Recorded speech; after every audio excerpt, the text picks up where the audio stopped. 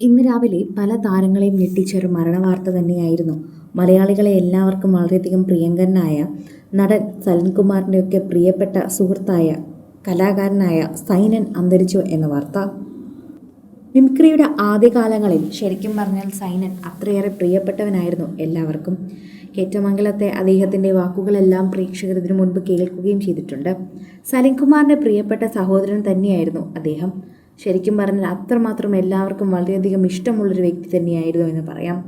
Mimicry കലാരംഗത്ത് എടുത്തു നോക്കിയാൽ അദ്ദേഹത്തിനോടൊപ്പം സൗഹൃദമുള്ള ഒരുപാട് ആളുകൾ ഉണ്ടെങ്കിലും ഇദ്ദേഹത്തിൻ്റെ സൗഹൃദ വലയം എന്ന് പറയുന്നത് ഒരു പ്രത്യേക സൗഹൃദ വലയം തന്നെയാണ്. അധികം വലിയ താരങ്ങളുമായിട്ടൊന്നും കൂട്ടില്ലെങ്കിൽ പോലും പ്രേക്ഷകരുടെ പ്രീതി പിടിച്ചു പറ്റുന്ന രീതിയിൽ തന്നെ സൗഹൃദത്തിന് ഉടമയായിരുന്നു അദ്ദേഹം.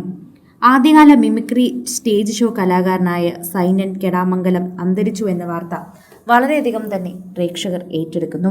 എല്ലാവർക്കും ഈ ചിത്രം കാണുമ്പോൾ വേദനയാണ് തോന്നുന്നത്.